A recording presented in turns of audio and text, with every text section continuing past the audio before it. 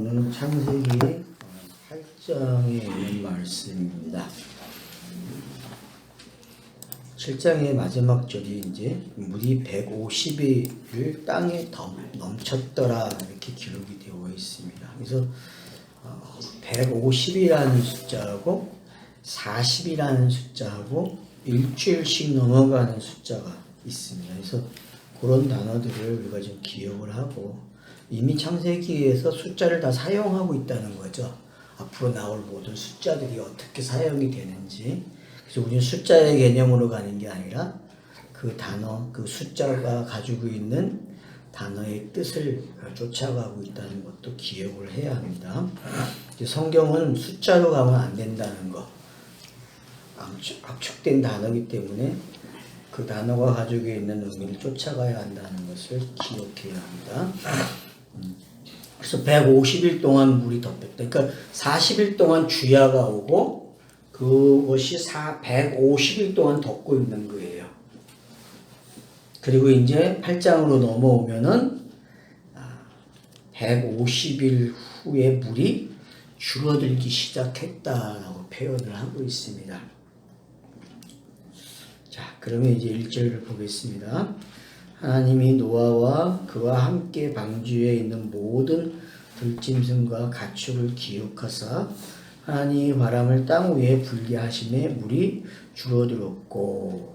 자, 여기서 이제 기억하고 있다라는 단어를 좀 우리가 생각해 봐야 합니다. 작화를 해서 색이다, 표하다. 그러면 이 언약을 맺는 그와 같다는 걸 좀 기억을 하고 계시면 좋을 것 같아요. 이 단어가. 특별히 아브라함과 언약을 맺는 창세기 15장에 그 불기둥이 지나가잖아요. 그죠? 쪼개놓은 거 사이에 그런 것이 색이다가 하는 의미도 있다는 걸 좀 가지고 계시면 좋을 것 같아요. 그래서 언약 그러면은 색이다. 할례도 마찬가지죠. 새기는 거잖아요. 할례도 몸에다가. 그러니까 그런 의미에서 여러분들이 이 새긴다고 하는 것이 어떤 건지를 좀 이해를 하면 좋을 것 같아요. 그래서 기억하고 있다라는 말은 언약을 뭐한다? 새겼다. 언약이 다음 옛 언약이 새 언약으로 넘어간다. 그런 의미도 되는 거죠. 새긴 것들이. 그래서 창세기에서도 이 일곱이 가는 거 이것이 어떤 건지를 넘어갈 때마다 새기고 넘어가잖아요. 그리고 재앙들이 일곱 재앙들이 다 어떻게 돼요? 새기고 넘어가는 거죠. 하나하나. 그런 의미에서 기억이라는 단어. 그러니까 기억을 하고 있다 그러면은 예를 들면 아브라함 언약을 기억하는 게 성경에 가장 많이 나오죠. 그죠? 신약에서도 마찬가지로 아브라함 언약을 난 아브라함의 하나님이야 이 말은 기억하고 있다는 거죠. 그런 의미에서 여러분들이 이 기억이라는 단어를 좀 가지고 계시면 좋을 것 같아요. 사람도 기억하면 어떻게 되죠? 사람의 기능이 기억을 잊어먹는 걸 치매라고 하잖아요. 예. 근데 기억을 한다는 것은 뭐죠? 자기에게 인상이 남아있는 거잖아요. 특별한 의미를 부여한 것들이 남아있는 거죠, 자기에게. 그러니까, 그거를 울고복자네 사람들이 추억을 하면서 그런 의미에서 또 생각을 할 수 있지만은 여기서의 기억은, 언약을 기억하고 있다. 그러면 그 언약의 내용이 뭐죠? 우리 6장에서 볼 수 있잖아요. 7장에서도 볼 수 있고. 방주에 탄 자들은 내가 살리라. 그렇죠? 노아에게 내가 방주에 있는 것들을 살려줄게 라고 말한 것들이 기억을 할 수 있는 단어잖아요. 성경 읽기를 하는 사람들은 이 기억이라는 단어를 유출해서 해야 돼요. 아브라함에게 준 말을 기억해야 돼요. 그러면은 성경에 기록되기 위해서는 항상 엘로힘이 하늘에서 먼저 말을 줘야 되잖아요. 그러면 그 말을 하면은 말대로 되잖아요. 성취가 되잖아요. 그 기억이라는 게 성취와 관계되어 있다는 거예요. 기억이라는 단어는. 말하는 대로 되어지는 이 과정이 되는 거죠. 그래서 애굽에서 아브라함이 언약을 기억하고 기도하니까 옮겨주시죠. 그죠? 가나안 땅으로. 그것처럼 기억한다는 것이 어떤 건지. 그래서 차서가 하나가 넘어가는 게 위해서는 꼭 기억을 해야 한다. 기억을 하기 위해서는 우리 처에서 할 일이 있어요. 그게 뭐죠? 그것을 기억나게 말을 해야 된다는 거예요. 그렇죠? 신에게 요구를 해야 된다는 거죠. 넘겨줘야죠. 언약대로. 그게 기도잖아요. 그러니까 차서를 넘겨주세요라고 하는 그 장치가 필요하다는 거예요. 이 기억이라는 단어 속에는. 그래서 이 기억이라는 단어 속에는 계시가 주어지고 그 계시가 와서 이 일을 하고 그 일을 하면 인자가 와야 되고 인자가 오면 또 어떻게 돼야 돼? 그것이 내마로 바뀌는 이런 단계가 기억의 단계로 갈 수 있는, 그래서 기억의 차서가 넘어가는 것들이 성경이 기록되는 방법하고 똑같다는 거예요.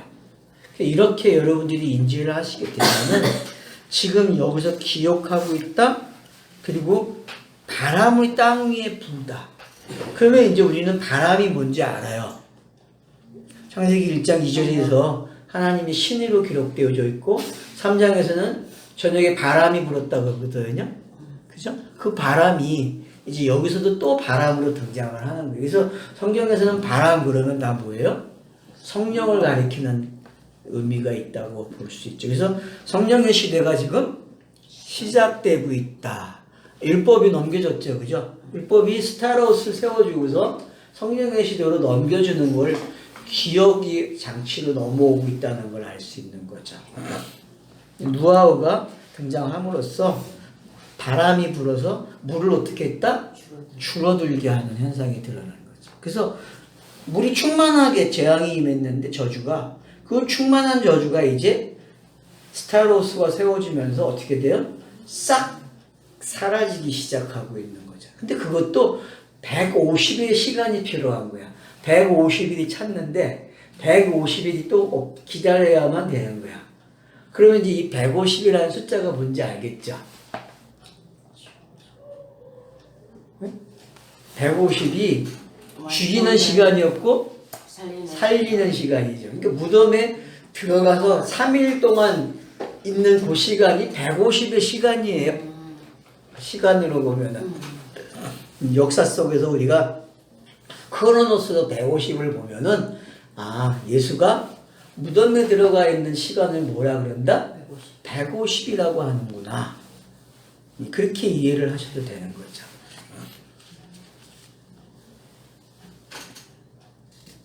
그래서 물이 줄어들고 있다. 바람이 불어서. 그래서 그 물이 줄어들었다는 것을 2절에 설명을 해요. 뭐라고요? 기품의 생각 하늘의 창문이 닫혔다. 앞에서는 열었잖아요. 그죠? 네. 요 단어를 사용해서 열었다 그랬고, 이제는 닫혔다 그래요. 그러니까 닫혔다는 말은 와야 될 계시가 다 왔다. 계시가 다 온 거예요. 와야 될 것들이. 그러면 율법의 몽학 선생이 할 일이 끝났다라고도 읽을 수 있죠. 몽학 선생의 일이 끝났다. 닫혔다는 말은. 그죠? 몽학 선생은 항상 자기가 가지고 있으면 안 되잖아요. 몽학 선생은. 자기가 낳은 제자들을 어떻게 해야 돼요? 그 다음번 선생에게 넘겨줘야 돼. 그게 몽학 선생이야. 그러니까 율법이라는 건 일을 하는데 항상 자기가 안주시키면 안 돼. 그 자리에다가. 안주시키면 율법이 일을 잘못한 거죠. 그죠? 넘겨줘야 한단 말이에요. 그 넘겨주는 거를 닫혔다라고 표현하고 있는 거죠. 그래서 종말이 일어났다. 그래서 옛 시대가 끝나고 새 시대가 되어졌다. 그래서 창세기 복음이라는 책에서는 뭐라 그래? 이거를 여기서부터 새 언약, 새 하늘과 새 땅이 시작되었다 라고 설명을 하기 시작한단 말이에요. 그 책에서는 요 관점을. 그래서 여러분들이 그러면 이제 히브리서에서 말하는 옛 것이 사라져야 되고 새 것이 시작되었다고 하는 게 이제 어떤 건지 우리가 알아먹을 수 있다는 거죠. 그래서 멜기세덱 반차를 안다는 것은 결국 새 시대가 시작되었다라고 이야기하는 거죠. 그것이 지금 이제 이야기되고 있다라고도 볼 수 있는 거죠. 노마서로 이야기하면은 이제 12장이 시작된 거예요. 12장이. 앞에 부분이 끝났어. 앞에 부분이 설명이 다 끝난 거예요. 그리고 이제 12장으로 넘어와서 흔히 사람들이 생활장이라고 얘기하잖아요. 살아라 이렇게. 근데 우리 살아가 아니라 어떻게 해요? 다시 해석해 주는 거죠. 생활로. 그죠? 앞에 부분을 다시 생활로 해석을 해주는 거죠. 마치 광야 생활이 가나안 오면은 반복되잖아요. 근데 해석하는 거잖아요. 이게 이거였어라고 해석해 주고 있단 말이에요. 광야 생활을 가나안에서. 그럼 가나안에서 못 깨달으면 어디로 넘어가요? 이방인이라는 시대로 넘어가서 이방인 시대에서 깨닫게 된다고요. 그러면 이방인 시대에 깨달으니까 성경이 더 이상 얘기 안 하고 새하늘과 새 땅으로 데리고 가니까 이 크로노스에서. 그죠? 기록 방식이 그렇단 말이에요. 그러니까 이방인이 최종이야. 땅에서 설명하는 단계가. 그리고 이방인까지 오면 어디로 가야 돼? 새하늘과 새 땅으로 가야 돼. 그러니까 마치 구약의 언약이 주어졌잖아요. 이렇게 단계 크로노스 속에서 이렇게 주어지는 언약들이 있었잖아요. 그죠? 우리가 7개라고 봤잖아요. 그 7개가 새 언약이라는 단어에 싹 다 들어와요. 그리고 다시는 상징이 없는 거야. 새 언약으로 오면은. 그래서 신명기에서는 그 단어를 뭐라 그래요? 오늘날. 오늘날 그러면은 신명기에서는 그거는 새 언약이야. 그냥 새 언약. 번역을 그렇게 해놨기 때문에. 그런 관점이 이제 생기는 사람, 그것이 있는 사람은 창세기 1장 1절부터 카이로스 성경이 읽어진다는 거예요. 왜? 크로노스를 볼 줄 아니까. 이 세대주의로 보지 않고 크로노스의 차서를 볼 줄 아니까, 이 차서가 어떻게 넘겨줬는지를 볼 줄 아니까 차서를 그냥 다 생략하고 읽을 수 있는 거야, 성경을. 그걸 카이로스 개념이라고 하는 거죠, 성경 읽기에서. 요게 정리가 되면은 스스로가 성경이 읽어지고 누군가의 선생이 돼서 말을 하기 시작할 수 있는 거죠. 요게 이 절차가. 그걸 가리켜서 사도행전에서는 이제 성령이 임한 사람이고 성령이 충만한 사람이다, 그렇게 표현을 하고 있는 거죠. 요게 이제 익숙해져야 된다는 거죠. 그래서 자기를 너무 낮추지도 마시고 너무 가대평가도 하지 마시고 그냥 있는 그 모습을 그냥 말을 하면 되는 거예요. 만나는 사람에게. 더 잘하려고 할 필요도 없고, 그러다 보면은 시간이 차고 익숙해지면 어떻게 돼요? 내가 들어도 괜찮은 말이 나와. 마음에 들어. 그 시기가 있다니까요. 그 시기가. 그러니까 그런 절차들이 필요하다는 거죠. 그런 것들이.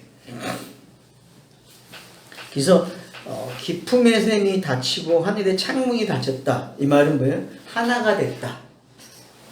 하나님이 줄 만큼 줬다는 거죠, 계시를. 그래서 아래 거와 하늘에 있는 것이 다 새로 하나가 된 그런 모습이 비춰지고 있는 거죠. 그래서 둘째 날이 완성된 거죠. 둘째 날은 하나의 물이 어떻게 했어요? 궁창을 나눠놔 버렸잖아요. 근데 그 궁창에 했던 그 일이 이제는 하나가 돼버린 거예요. 왜? 내려와서 일이 맞춰졌기 때문에 그걸 하나로 됐다. 그래서 여러분이 창세기 둘째 날, 1장의 둘째 날이 어떻게 완성됐는지도 여기서 보실 수 있어야 돼요. 그림이.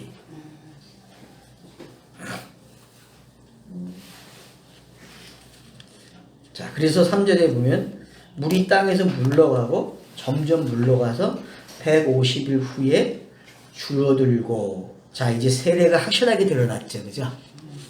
세례 받았다 그러잖아요. 네?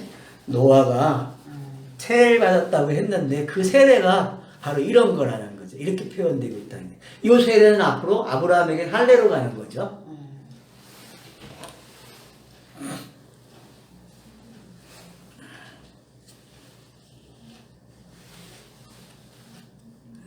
그래서 150일이 되니까 점점 줄어들었다. 그래서 들어갔다가 나오는 장면이죠. 예수가 세례를 받으니까 나타나는 현상이 있었어요. 하나님의 음성이 들리고 비둘기의 모습이 등장하죠. 네. 그죠? 그러면 이제 그 모습이 여기에 등장하여 여러분. 여기에도 네. 그 모습이 네. 비둘기가 등장하죠. 그죠? 네. 여기도 까마귀 다음에 비둘기가 등장한다고. 그러니까 그게 뭔지를 이 예수의 공생애가 시작되면서 그 세례를 받고 거기에서 임하는 그런 것들이 여러분이 기억을 한다면은 이 장치와 그 장치가 같다라는 걸 알게 되는 거죠.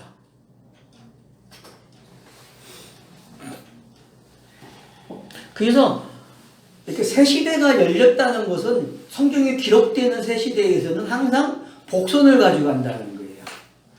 저자가 항상 복선을 가지고 가서 그 복선으로 기록을 또 하는 거예요. 왜? 남아있기 때문에 기록해야 할 것들.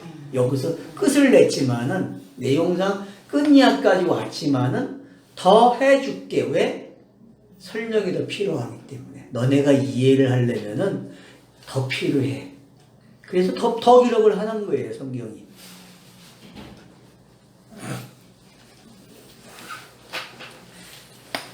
자, 그래서 이제 150일 후에 줄어들고, 점점점 물이 물러갔다.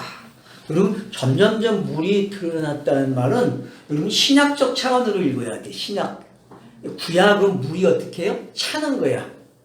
예? 구약은 쉽게 예. 구약은 율법이 차는 기간이에요. 이게 물이 땅에 충만하게 차요. 그러면은 어떻게 해요? 신약은 물을 그 충만한 물을 줄여나가는 거예요. 빼나가는 일을 한다는 말이에요. 그렇게도 이해를 하셔도 좋을 것 같아요. 그래서 150일 후에 줄어들었다라고 표현을 하고 있고, 앞에서는 150일 동안 충만했다고 이야기하고, 그죠?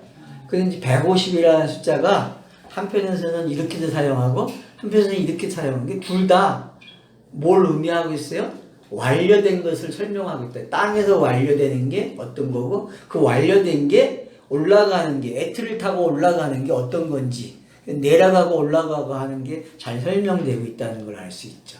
그래서 알파와 오메가가 어떤 건지 시작과 마지막이 어떤 건지를 설명해 주고 있는 거죠. 이런 기법을 가지고. 자, 그래서 이제 넷째 날 4절로 오면은 일곱째 달 곧 그 달 여일의 날에 방주가 아라랏산에 머물렀다. 자, 아라랏산이 이제 그러면 이제 지금 터키에 이게 있다라고 얘기하잖아요. 터키 동쪽에 가면은 있대요. 이게 지금 흔적이 남아 있어서 유성 사진도 있고 돌아다니고 있잖아요. 지금 창조과학계 사람들이 발견했다고 이야기하고 농부가 양치기가 찾아냈다고도 이야기가 있죠. 그래서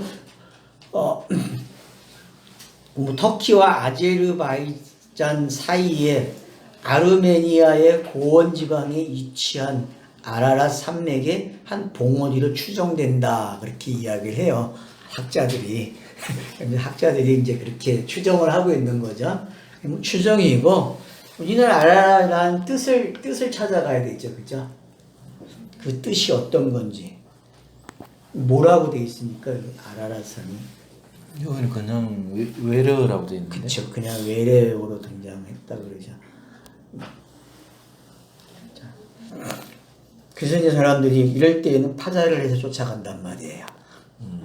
이럴 때. 그러니까 파자를 하는 경우가 번역이 불가하거나 외로든가 아예 번역을 안 하는 지명이 이름이다라고 끝나면은 그냥 그럴 때는 이제 파자를 해서 가봐요. 사람들이요. 공부를 하는 사람들이. 그래서 여러분들이 올 때는 어떻게 해야 돼요? 파자로 가시면 돼요. 한 단어, 알파벳 하나하나를 갖다가 이렇게 가져가서 값을 매겨보면은, 이 전체 흐름에서 뭔지 이해가 되는 거죠.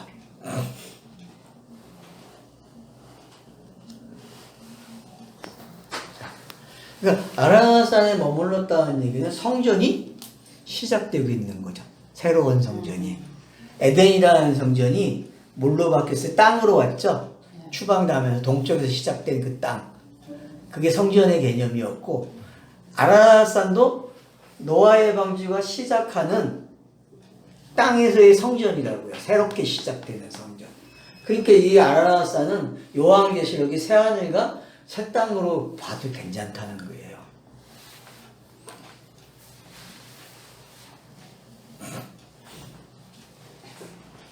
여기 열째 달이 히브리어 열째 달인가? 그냥 열. 그냥 열. 예, 열로 아, 가면 네. 되죠. 예. 추월은 날. 이게 뭐죠? 오순절하고 관계 있는 것 같아서. 너무 그런 건 너무 멀리 가니까 그냥 이렇게 좀 그래도 연결이 되는 것부터 하라고 이렇게 팍 가는 것부터 먼 것부터 가져오지 말고 가까운 것부터 찾아가. 가까운 거. 아 그래서 이제 노아가 어떻게 해요? 40일 되니까 6절에 창문을 열어요. 창문을 열었다는 게 뭔지 알죠? 우리 창문이 닫혀 있는 거.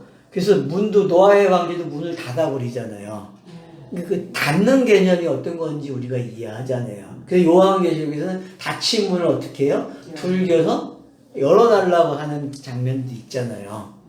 그러니까 닫히는 개념하고 여는 개념이 어떤 건지를 이해하시면 좋을 것 같아요. 계시가 닫혔다? 계시가 열렸다? 그러면 이걸 좌우자재로 할 수 있는 건 성령의 시대거든요. 성령은 오시면은 닫기도 하고 열기도 해요. 선지자가 하는 일이 뭐예요? 닫기도 하고 열기도 하거든요. 그 말을 통해서. 그러니까 그런 게 이해가 되면은 창문을 열었다 그러면은 자 그러면 이제 거기서 나가는 게 두 종류잖아요. 까마귀, 비둘기. 그러면은 다시 어떻게 돼? 계시가 시작되는 걸로 오는 거예요. 다시. 그래서 율법이 주어지고 율법이 어중쩡하게 끝나니까 비둘기를 보내서 그래서 이건 안 돌아오잖아요. 까마귀는. 까마귀는 돌아오지를 못해요. 그러니까 까마귀를 돌아오게 하려면 누가 가서 일을 해야 돼? 비둘기가 나가서 일을 해야 되거든요. 그러면 계시의 차서가 뭔지 설명이 되고 있는 거죠. 아, 땅에 오는 계시의 차서는 먼저 꼭 와야 할 게 까마귀가 와야 되는 거야. 율법이 먼저 와야 되는구나. 그러니까 이 율법 안에는 항상 복음이 들어있구나. 이게 이해가 되는 거죠. 순서가 그렇게 돼. 창문을 연다는 거는 아 새로운 일이 메시지가 새로운 게 등장을 하는 거야. 새롭게. 근데 새로운 게 아니고 뭐예요? 다시 다른 방법으로 설명이 되는 거죠. 구약 안에 복음이 있고 근데 신약이라는 게 등장을 하면서 그 복음이 어떻게 돼요? 더 구체화되고 설명이 더 명확해지잖아요. 그쵸? 그러니까 요한복음에 우리가 깨달을 할 때 일장에서 요한복음이 말씀으로 왔잖아요. 로고스 개념으로 왔는데 그게 인자의 개념, 육체의 개념으로 들어온단 말이에요. 그리고 그게 내마로 가거든요. 요 개념을 알면은 창이 열리는 게 이해가 되는 거예요. 아, 차서가 이렇구나. 성경 기록 차서들이. 그래서 성경의 그 차석을 지금 다양하게 알고 있다는 게 우리가 한번 말씀해 보세요. 여러분들이 이제 경험한 차서들, 제가 사용하고 있는 차서가 한두 개가 아니죠. 그쵸. 일거 원약의 차서도 있고, 삼일기라는 차서도 있고, 그죠?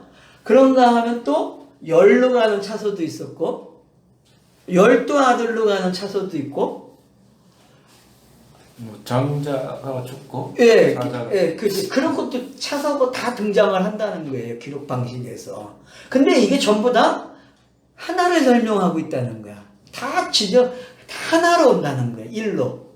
그 모든 숫자는 일로 온다 그랬잖아요. 다시 돌아와야 된다고. 그래서 하나로 마무리가 되면 다시 펼쳐나가야 돼. 왜? 성경의 기록이 완료가 안 됐기 때문에.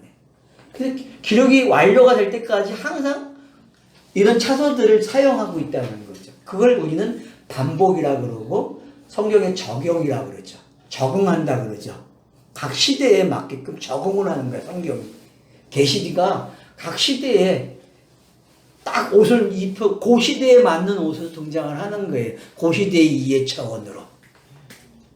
이런 개념들이 여러분들이 확장된 개념이 생겨야 여기서 되는데 여기서 안 되는 경우를 돌파할 수 있는 거란 말이에요.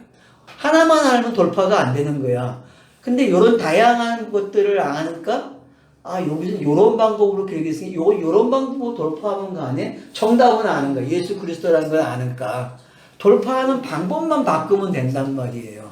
근데 그 방법들을 자꾸 하나만 가지고 있으니까 다음이 안 열리는 거야. 다음이. 이해가 되시죠? 이 부분이 어떤 건지. 그러니까 여기서 창이 열렸다?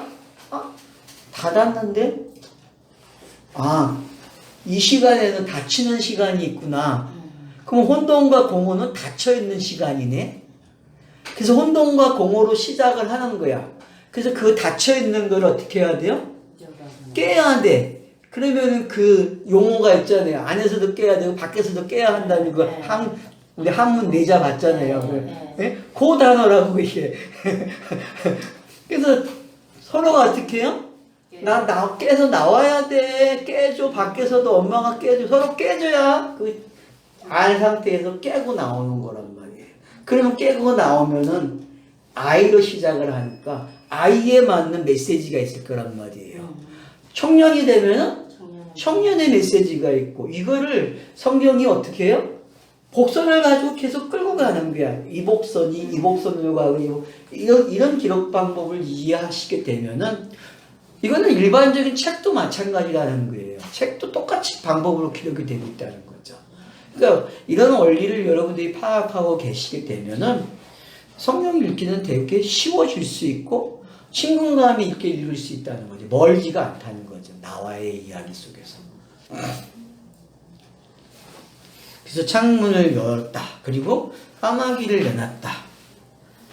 이 까마귀가 덮는 뜻도 되고 검다는 뜻도 되잖아요. 그죠? 그러니까 이게 검정하고 관계되어 있는 거란 말이에요. 무조건. 네? 그러면은 창세기에 나오는 첫째 날과 혼돈이 공허와 어둠이 기품에 있고라는 단어 있잖아요. 그 어둠이 뭔지를 까마귀가 대표해주고 있는 거죠. 그리고 1장에도 어둠이 있으니까 빛이 등장하잖아요. 그 이야기를 잘 가지고 온다는 게 구성을. 그러니까 까마귀 그러면은 우리는 이제, 그러니까 까마귀 그러면 표피적인 관점에서는 그냥 어둠으로 끝나. 근데 항상 우리는 이제 어둠 그러면 빛도 생각을 해야 한다는 거예요. 왜? 성경이 이미 어둠은 빛이 있어야 된다고 가르쳐 줬기 때문에. 그러면은 이 어둠이라는 단어 안에는 이제 뭐가 들어있다? 빛이 들어있는 거죠. 이게 이제 카이로스로 보는 관점이 되는 거예요. 그 안에 있는 것까지 들여다보는 거니까. 근데 자꾸 율법으로 끝을 내면 안 된다는 거예요. 이 까마귀도. 왜? 이 까마귀도 지금 통과해서 나온 거잖아요. 어떤 시대를. 까마귀도 까만 시대를 방주해서 긴 시간, 150일이라는 시간을 통과해서 나온 거란 말이에요. 부정한 것이 정한 것이 돼서 나왔다고. 그죠? 그러니까 여러분, 우리가 이해할 때에, 저거 까만 건데 이러면 안 된다니까? 까만 건데 그 안에 그가 가지고 있는 속성이 뭐야? 허연색이 됐다니까, 하얀색이. 근데 자꾸 우리는 까만 것만 봐. 그러니까 방주에 타고 나온 건 이제부터 까만 거라도 물러봐야 돼요? 빛이 같이. 예, 빛이 있는 이야기로 봐야 된다는 거죠. 그러면 이 사람은 이제 성경 읽기를 어떻게 되는 사람이에요? 잘 보고 있다. 성령이 충만한 걸로 관점에서 보는 거예요. 두 이야기를 하나로 가져오기 때문에. 그러면은 이 이원론적인 생각이 없어지는 거예요. 이런 관점들이.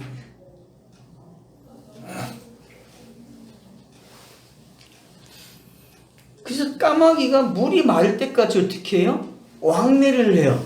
그럼 물이 마르기까지 왕래했다는 얘기는 여러분들이 광야 생활하고 가나안 땅에서도 율법이 일을 하고 있잖아요. 그죠?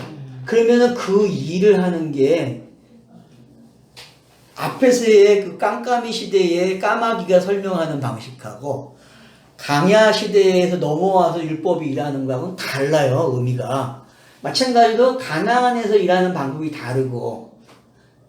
그러니까 물이 물러나는 걸 갖다가 감찰하고 있잖아요, 지금 까마귀는요. 네. 그러면은 가시 역할을 하고 있다는 거예요, 가시 역할. 여호수아 시대부터 넘어오는 그 남겨놓은 것들 있잖아요. 그 남은 개념을 잘 설명하는 게 뭐예요? 물이 점점 줄어드는 거예요. 그래서 그 줄어드는 개념이 사라지면 뭐가 되는 거예요? 마른 땅이 되는 거란 말이에요. 그래서 이런 가정들이 지금 그러면 이제 성경의 기록 방식이 더 명확해지는 거죠. 아, 여호수아부터 등장하는 게 뭐다? 점점 줄어드는 이야기가 된단 말이에요.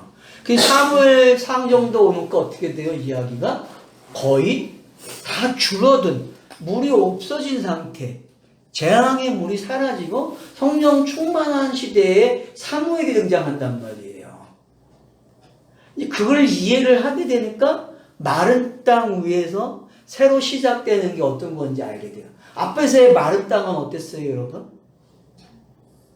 앞에서의 마른 땅은 창세기에서 셋째 날이잖아요. 그죠? 바다에서 나오는 묻히란 말이에요, 마른 땅이. 근데 그게 뭘 내나요?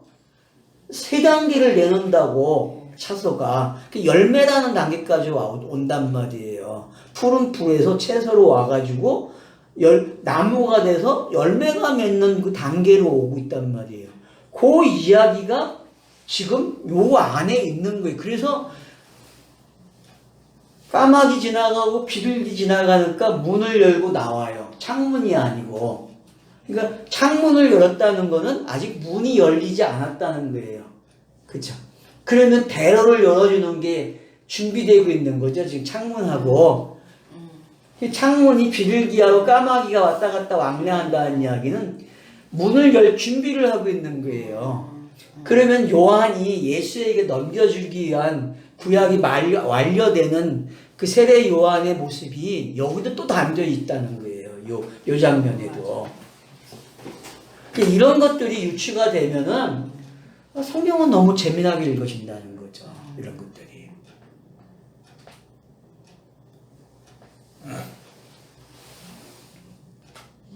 그래서 왕래를 해요.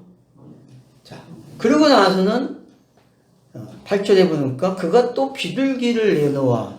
그러니까 왕래하고 있어요. 까마귀는. 그죠? 까마귀 중단된 거 아니에요. 까마귀도 일을 하고 있고 곧 그걸 까마귀가 말르는 소식을 안 전해주는 거야. 왕래는 하는데.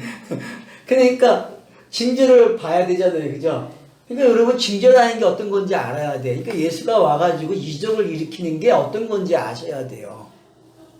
그래서 비둘기가 내보내니까 비둘기 어때요? 처음에는 그냥 오지만 두 번째는 어떻게 해요?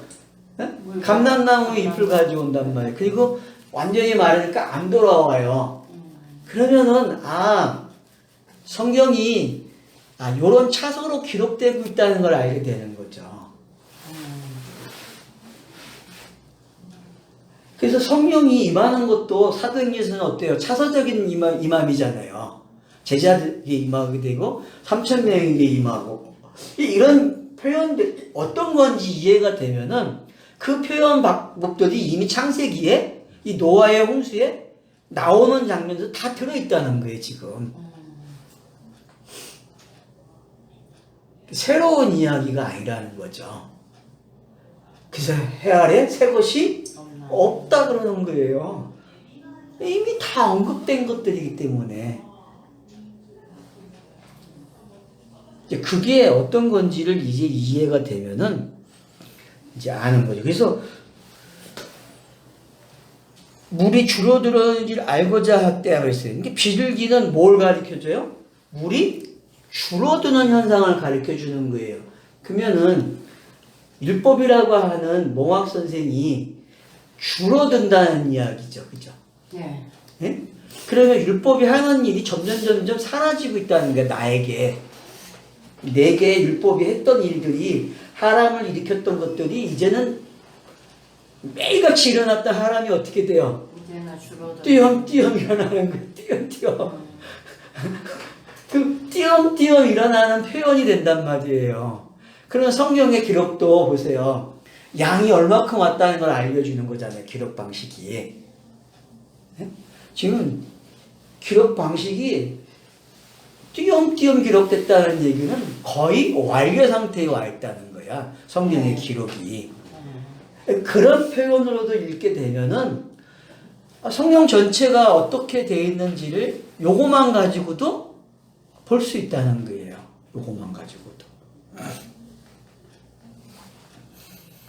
물이 줄어드는 걸 알고자, 그러니까 비둘기라는 성격인지 뭐든지 알겠죠. 그러니까 일반적으로 생각하는 그런 비둘기 개념으로 보지 말고 뭐 평화를 상징하고 뭐 편지를 전달하는 그런 개념은 맞긴 맞죠. 운송수단이었잖아요. 국보를 전달하는 그런 데 사용이 됐지만은 아무튼 우리가 여기서 이제 하나 깨달아야 할 것은 이 까마귀와 비둘기가 이 40일을 지나면 하는 일이구나. 그러면 이 차서가 지금 강야를 넘어왔든지 가나안이든지 어서 일을 하는 장면이 되어지는 거예요. 그 일을 하면은 문이 열려서 나오는 거야. 그러면 문이 열렸다는 이야기는 열매가 나오는 이야기란 말이에요. 열매가. 그러면 셋째 날이 잘 설명되고 있는 거죠. 그죠? 바다에서 묻이 나오고 묻에서 시작이 되니까 열매로 나오는 장면이 이런 단계로 지금 표현이 되고 있는 거예요. 거기다가 까마귀와 비둘기를 넣어주니까 이해가 빨라지는 거야. 그치. 셋째 날이 되게 빨라진단 말이에요. 그러면 여섯째 날도 이 안에 들어있잖아요. 셋째 날하고 여섯째 날은 쌍둥이니까. 그러면 여섯째 날도 보세요. 여섯째 날도 짐승들, 육축, 기는 거, 요 세 단계죠. 요 세 단계에서 뭐가 돼야 돼요? 사람이 됐다는 걸 뭐로 표현해? 하나님의 형상이 되었다라고 표현하잖아요. 그 단계로 가는 이야기가 지금 요 안에 다 들어있단 말이에요. 그래서 실제로 나오는 것들이 어떻게 나와요? 들짐승이 나오고 사람이 나오고 육식이 나온다고 나오는 것도 방조로. 네, 방주에서. 그러니까 그게 뭔지 그래서 완료된 장면 여섯째 날까지 완료되는 장면이 나오고 그 나온 것들 중에서 정결한 걸 가지고 드리는 거예요. 그래서 완료된 게 어떤 건지 스타로스가 세워주는 게 어떤 건지 그래서 구약이 어떻게 완료가 되고 율법이 어떻게 완료가 되고 새 시대로 넘어가는지를 이런 방식으로 설명이 된단 말이에요. 이 부분이 그 창세기 1장 그 셋째 날에 나오는 그 표현들이 그렇죠. 표현들이라고 볼 수 있죠. 생물, 가축, 땅에 기는 것입니다. 셋째 날의 그 내용들이.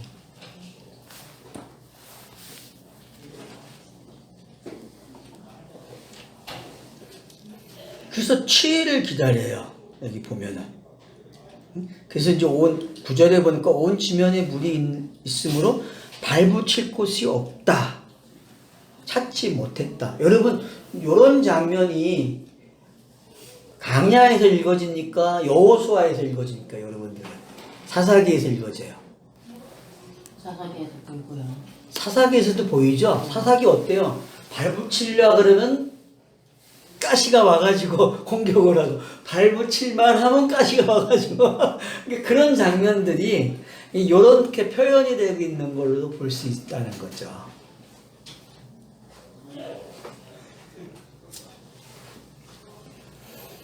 그래서 그가 손을 내밀어 방주 안은 자기에게 받아들였다. 그러니까 성령 시대에 여러분들 여호수아부터 성령 시대를 있잖아요.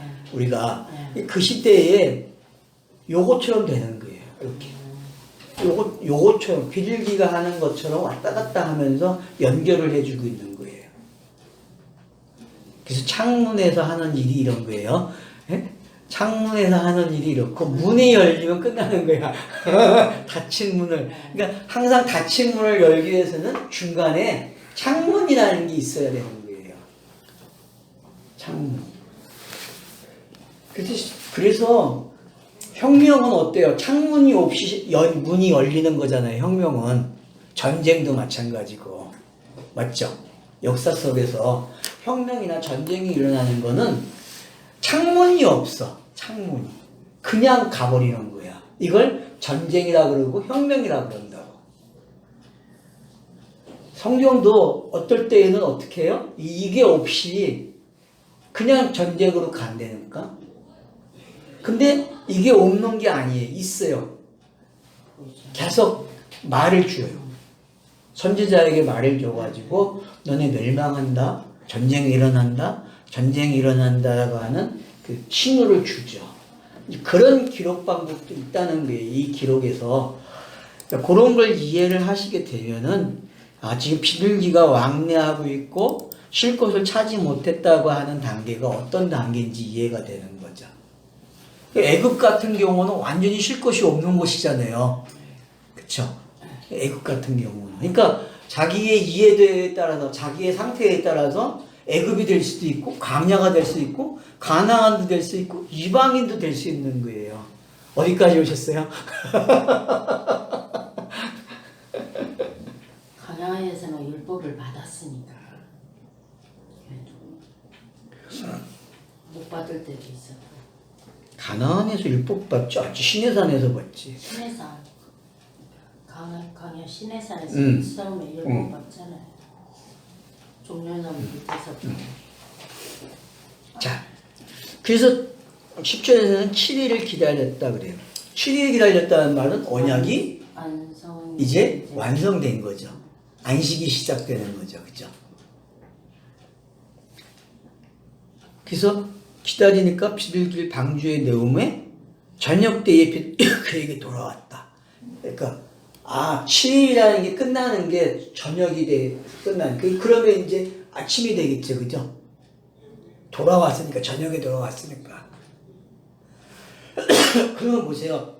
세례 요한이 예수에게 세례를 주는 장면은 저녁이에요, 낮이에요? 저녁이죠. 저녁이잖아요. 네. 그러면 세례 요한에게 세례를 받고 올라와서 비둘기가 임하고 하나님의 음성이 들려오는 거는 아침이 된 거잖아요. 네. 그 장면을 여러분이 이해를 하시게 되면은 지금 좀 이해가 빨라져요, 이 본문이. 여기 8절은 돌고 영광 돌린 거네. 사사기 어제 한 거다고 비슷하네. 자, 그래서 이제 뭘 입에 물고 와요? 그 입에 감람새를 물고 왔다. 감람새를 물고 왔다는 얘기는 스타로스가 기름 부음 받았다.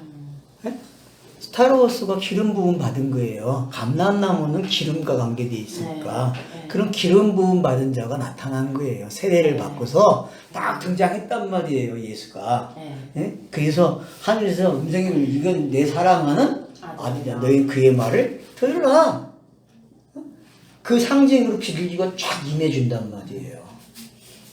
그러면 예수가 태어날 때의 모습이나 세례받을 때의 모습 다 똑같은 모습이거든요. 성경이 왜 이런 똑같은 이야기를 그 시간대와 환경을 다르게, 문화적 배경을 다르게 가지고 가는지를 이해를 하시면은 성경이 각 시대에 맞는 옷을 입고 온다는 게 어떤 건지 이해가 된단 말이에요. 그죠? 맞잖아요. 예수도 태어날 때의 요 모습을 다 가지고 왔는데 다시 어떻게 해요? 공생애가 시작되면서 그 모습을 다 가지고 온단 말이에요.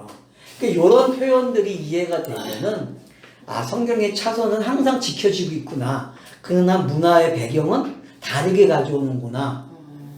그러니까 문화의 배경이 달라지면 인물도 바뀌고 다 바뀌는 거 아니에요.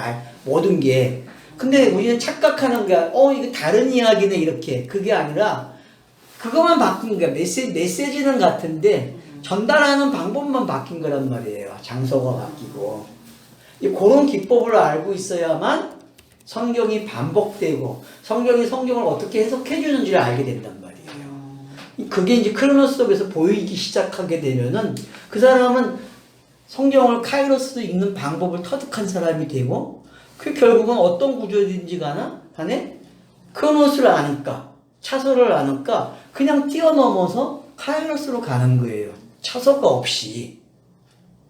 이게 내가 예수님이 성령으로 잉태가 되었는데 왜 다시 성령 세례를 또 마치 이게 그러니까 성전에 물이 발목까지 차고 이 가정하고 예. 똑같네요. 그렇죠.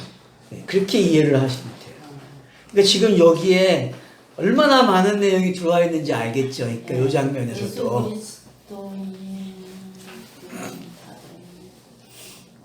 그리스도인 잎사귀를 딱 가져왔다는 얘기는 마를 수 있는 신호가 지금 들어온 거잖아요. 땅이 마르고 있다. 그 말은 기름 부음 받은 자가 있다. 그리스도가 등장했다는 거야. 예수의 시대에서 그리스도가 딱 나와버리니까 기름 부음 받은 자가 딱 등장을 하는 거예요. 그럼 부음 받은 자가 충만해지는 시대가 안디옥 교회잖아요.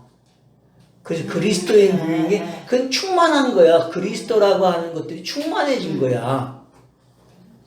그러면 스룹 바벨 성전에서 기름이 어떻게 흘러내리잖아요. 그 장면이 완성되는 거예요. 스룹 바벨에서 그 4장, 6장에서 기름이 쫙 그 껌둥이 된 그 사람이 바뀐단 말이야. 쫙 신둥이 기름이 쫙 충만해지고 흘러내리는 예. 그런 것들이 바로 여기에 이제 잘 뭉쳐 있는 거죠. 그런 그림들. 그러니까 성경을 여러분들이 많이 기억을 하면은 어떻게 되겠어요? 가져올 게 많은 거야, 여기다가. 그러면 이 이야기를 좀 다른 방법으로 하면은 지성소에서 물이 흘러가지고 온 땅을 적셔서 나가는 에스겔서의 40장부터 시작된 48장까지 이야기가 측량해 가면서 가는 그 이야기가 지금 이 이야기 속에 그대로 들어와 있다는 거예요. 에덴 동산의 네 강의 이야기부터. 그렇죠. 그런 게 다 들어와 있는 거죠.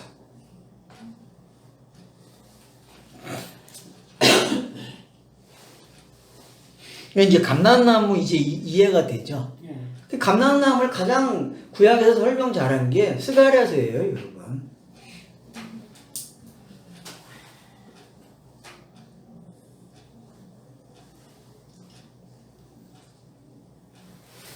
그래서 메시아가 기름 부음 받는 장면이 그렇게 표현이 되기 때문에 스가랴에서. 우리 스가랴에서 공부할 때 다 봤잖아요, 그 장면.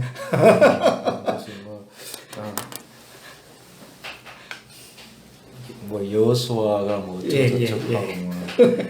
여호수아하고 스룹바벨이 등장해가지고 기름을 부음받는 것들이 나타나고 있는 장면들이. 그래서 장막절을 지키라고 방울이 막 소리가 내서 끝나잖아요. 그래서 복선을 남겨줬잖아요. 이 시대가 온다. 실제로. 그래서 안디옥 교회가 그리스도이라고 하는 충만한 그 표현이 하는 게 있어요. 성령이 충만한 교회가 선교하는 교회라고. 왜? 이웃사랑이 시작되는 거기 때문에.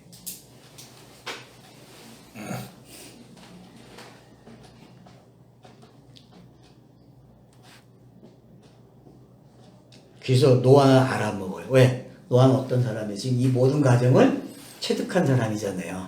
지금 기록되고 있는 걸 이미 다 경험했다고. 어디서 그 다음 단어가 나타났어요? 은혜를 입었다가 시작된 게 이 경험을 이미 했다는 거예요. 은혜를 입었다. 단지 은혜를 입은 사람이 확인되는 거야. 은혜가 뭔지가. 성경 읽기는 이렇게 되는 거예요. 확인이 되는 거예요. 그러니까 의로운 사람이 영화롭게 됐다고 하는 게 어떤 건지 아는 거예요. 아, 의롭다는 게 왜 영화롭다고 하는지, 이런 절차들을 여러분들이 이제 앞으로 이렇게 자기와 합의가 되고 성경 읽기가 이게 합의가 되면은 넓어지는 거예요, 읽기가.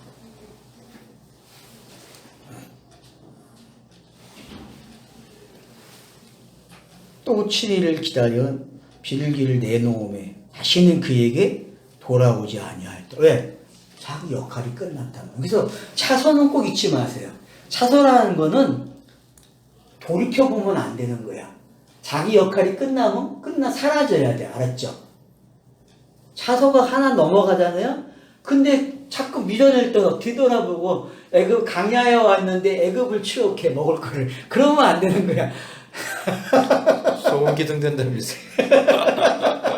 절대로 돌아보면 안 되는 거야. 성경에서는. 성경 읽기는 뒤로 돌아가면 안 돼. 그 돌아온 걸 가지고 앞을 가야지. 그래서 미래라는 시간을 성경이 기록되면서 없애버린다고. 그래서 요한계시록이 기록이 되면 미래가 없는 거야. 왜? 현재만 있는 거야. 시간이 현재만 있는, 미래라는 게 없기 때문에. 그러니까 여러분들이 성경을 읽으면서 미래를 잡아먹어야 돼. 그러면은 카이로스가 뭔지 알아요. 카이로스. 그래서 성경은 현재만 있다고 이야기하는 게 맞아요. 왜? 성경 자체가 미래를 없애버렸다니까. 꿈을 완성시켜버렸기 때문에 꿈이 없어, 더 이상. 꿈을 가져라 하면 안 된다니까. 이걸 가르쳐줘야지. 이런 단계에서 꿈이 완성이 됐기 때문에 꿈은 없어. 근데 최근에 내가 가만 생각해보면 오늘 12월 30일이잖아요. 내일은. 그쵸. 2019년 이제 마지막 이제 해가 바뀌는 그런 시점인데, 과거에는 이게 시간이 흐르고 과거, 현재, 미래 이런 개념들이 있어가지고 시간이 막 쫓겨가지고 아쉽고 또 뭐야 앞으로 다가오는 시간을 어떻게 할까 이런 생각들이 많았었는데, 어느 순간에 그런 생각이 많이 없어지고 뭐 오늘은 오늘이고 뭐 내일은 내일이고 이상하게 이렇게 바뀌었어. 생각 자체가 이상하게. 그렇죠. 그러니까 그 변화가 희미한 것 같지만은 몸이 안다는 거예요. 몸이 훈련이 되고 있다는 거죠. 그렇게. 뭐 오늘이 오늘이고 내일은 내일이고 어제는 어제고 이게 그 전에는 뭐 이게 시간에 쫓겨가지고 이렇게 뭐 시간을 막 내가 막 내몰리는 그런 느낌 많이 있었거든요. 그러니까 6절에서 시작된 40일이 지났다가 하는 개념이, 그래서 모세의 생애를 우리가 이해할 때 40으로 가는 게 왜 그렇게 그런 방법으로 기록을 하고 있고, 스데반이 설교 속에서 왜 이걸 나눠서 설명했는지를 알아야 된다. 120을 스데반이 사도행전 7장에서 설교할 때 이게 나눠놓고 설명한단 말이에요. 그러면은 성경 보는 관점이 하나 생긴 게, 스데반은 그걸 본 거란 말이에요. 아, 모세가 차선을 가지고 있는 사람이구나, 생애 자체가. 그래서 확실하게 명확하게 애굽에서 미디안 강야에서, 그리고 강야 생활에서 모세의 인생이 끝나는 게 어떤 건지를 잘 설명하는 거란 말이에요. 그걸 스데반은 본 거야. 스데반은 카이로스 관점에서 그걸 보면 간파가 되니까 120이라는 걸 쪼개서 설명을 한 거예요. 이렇게 했지 않느냐. 성경 읽기는 이와 같다는 거예요. 이렇게 쪼개서 보는 거죠. 근데 그게 120이라고 하는 하나로 된다는 거야. 하나로. 그게 읽어지는 사람들에게는 지금 이 6절부터 시작되는 112절까지 이야기가 너무 재밌는 이야기라는 거죠. 앞으로 나올 기록되어야 될 것들이 어떤 방법으로 기록이 되는지 힌트를 주고 있다는 거야. 그러니까 너무 재밌죠. 그럼 바둑에서 수를 읽고 있잖아요. 몇 수를. 그 성경 읽기도 몇 수를 알고 성경을 읽는 사람이 되는 거야. 맞잖아요. 지금 이런 방법들을 알고 있다는 거는 성경의 수를 아는 거야. 몇 수를. 그러면 바둑을 잘 두는 사람들은 암기하잖아요. 전부 다 어떻게 자기가 바둑을 둘지 다 그림을 그리고 바둑판 없이 하잖아요. 그래서 요번에 나온 그 영화 안 보셨어요? 바둑? 한번 기수 보세요. 그러면은 얼마나 웃기냐면, 이런 훈련을 어떻게 하냐면은 바둑판을 안 주고 머리에다가 그리라고 그래요. 머리에다가 바둑판에. 바둑 잘하는 사람 복귀한다니까. 네. 그러니까 그게 돼야만 그러니까 근데 그 사람들이 바둑을 두고도 복귀를 하지만 바둑하기 전에 벌써 상대방을 딱 보면 아는 거야. 이 사람에게 바둑을 어떻게 둬야 될지 판이 나온다는 거야. 판이. AR에게 이기려면 어떻게 해야 돼? 그 판을, 걔가 생각할 수 있는 판을 엎어버리는 판이 돼야 된다는 거야. 그러면 사람이 거기까지 가면 이긴다니까. 근데 아직까지 그 생각을 못 하는 거야. AR이 이길 수 있는. 사람이 이겨요. 걔네들은 놓아준 지식에서 하는 거고, 우리는 창조해내는 지식이 있다니까. 발휘하는 순간적인 발휘가. 걔네는 그게 안 돼. 데이터로 나오는. 이번에 이세돌 또 이번 또 한국에 나온 그 뭐 한도린. 네, 한도린한테 AI 그 바둑. 첫 판은 이겼지만 내리 졌잖아요. 그러니까 그런 경우가 그러니까 사람은 피곤하면 안 되는 거야. 한계점에 도달하는 거야.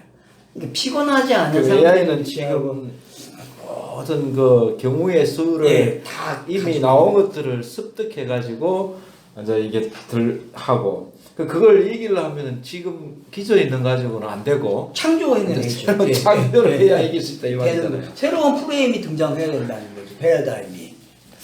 참 어려운 문제다. 그러니까 이거를 알고 성경을 읽는다는 거는 이미 지도책을 가지고 있는 사람이 어떻게 읽어야 되는지를. 그러니까 창세기 1장이 뭘 준 거예요, 우리에게? 지도를 준 거예요. 어떻게 찾아가면 된다라고 하면. 근데 지도책을 무시하고 천지창조로만 읽는 거야. 가장 표피적인 방법으로. 그러니 성경이 읽어지겠어요? 그럼 성경이 기회를 주는 거야. 그래? 그럼 그래도 좋아. 다음 장면 내가 줄게. 첫 번째가 딱 등장하니까 사람들이 이거 가인이 나쁜 놈이네. 선악관 또 왜 따먹었고 언제가 시작돼? 이렇게 간단 말이야. 왜 사람을 만들어가지고 이렇게 막 지저분하게 만들되고 악이 시작이 되고 왜 이렇게 가지? 표표적으로 다 이렇게 본단 말이에요. 왜? 계속 지도를 주는데도 못 읽는 거야. 그러니까 이런 지도들을 우리는 이제 원자까지 보는 거예요. 시대가. 지도를 보는데 어디까지면은 원자를 본다니까 시대가. 원자를 보니까 어떻게 돼요? 나타나는 걸 보는 게 아니라 그 안에 있는 걸 보기 시작하는 게 원자 시대에는. 그러니까 여러분이 디지털 핸드폰을 가지고 있다는 거는 뭘 보는 거예요 지금? 보이지 않는 세계를 들여다보고 있는 거예요. 아바타와 같은 세계에 살고 있는 게 지금 다른 세계에 들어갈 수 있는 어제 가상현실 네. 그런 거. 들어갈 수 있는 길이 열려지는 거예요. 그렇게 성경 읽기가 되라고 성경이 기록된 거란 말이에요. 책은 그렇게 읽어야 읽어지는 거고 영화도 그렇고 드라마도 그렇고 근데 전부 다 드라마도 그렇고 영화도 보는 사람들이 다 어떻게 봐요? 그냥 보여주는 거만 보는 거야. 그거 가지고 신이 나가지고 웃다 보면 무슨 내용인지도 모르고 끝나는 거야. 그래서 몇 편씩 봐야 돼. 몇 번을 봐야 돼.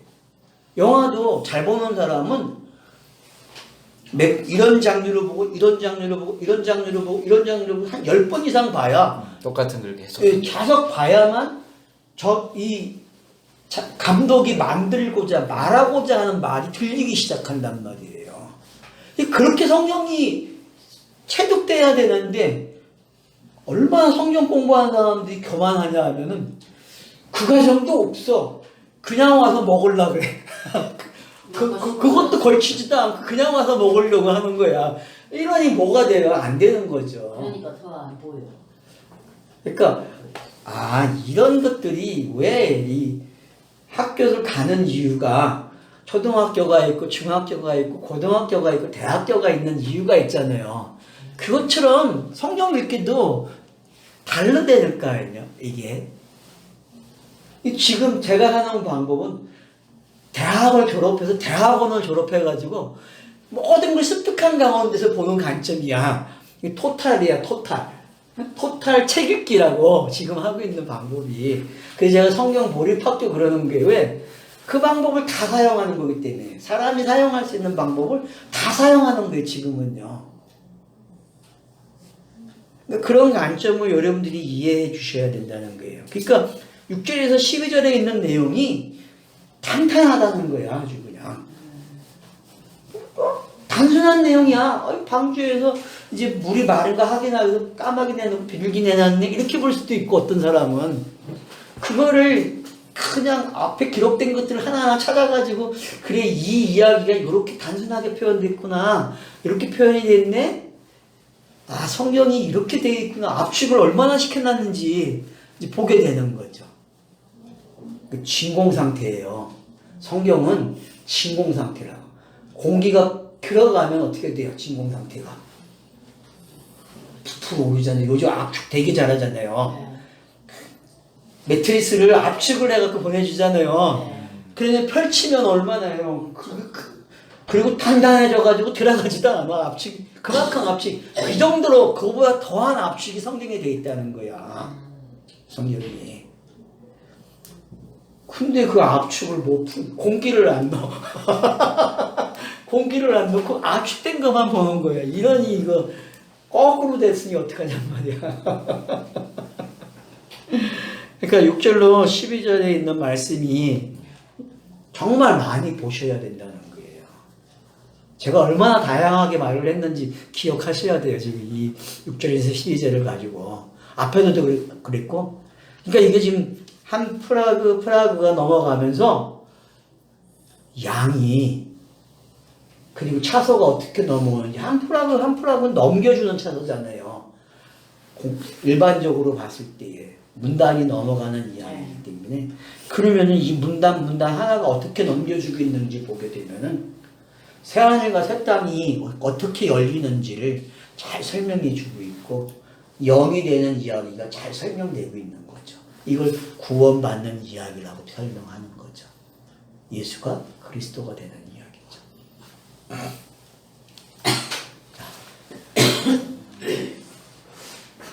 좀 쉬었다 합시다.